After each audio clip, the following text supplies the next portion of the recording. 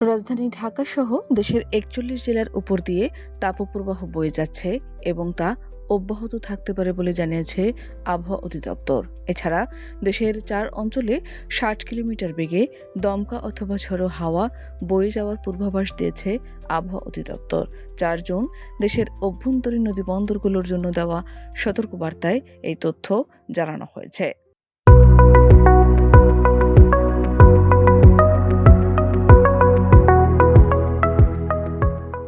সতর্কবার্তা অনুযায়ী বগুড়া, টাঙ্গাইল, ময়মনসিংহ এবং সিলেট অঞ্চলের উপর দিয়ে পশ্চিম বা উত্তর পশ্চিম দিক থেকে ঘণ্টায় ৪৫ থেকে ৬০ কিলোমিটার বেগে দমকা অথবা ঝড়ো হাওয়া বয়ে যেতে পারে। একই সঙ্গে অস্থায়ীভাবে বৃষ্টি অথবা বজ্রসহ বৃষ্টি হতে পারে। এসব এলাকার নদীবন্দরগুলোকে ১ নম্বর সতর্ক সংকেত দেখাতে বলা হয়েছে।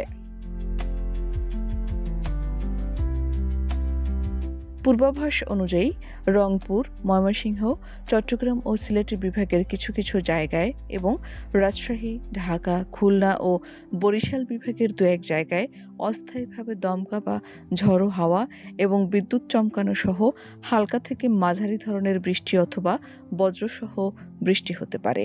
সেই সঙ্গে রংপুর, ময়মনসিংহ, চট্টগ্রাম ও সিলেট বিভাগের কোথাও কোথাও মাঝারি ধরনের ভারী বর্ষণ হতে পারে।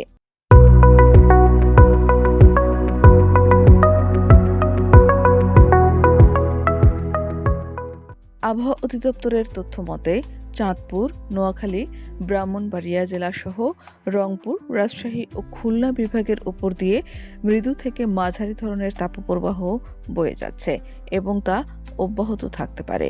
তবে বৃষ্টিপাতের কারণে দেশের বেশিরভাগ এলাকায় দিন ও রাতের তাপমাত্রা সামান্য কমতে পারে বলে জানিয়েছে আবহাওয়া অধিদপ্তর।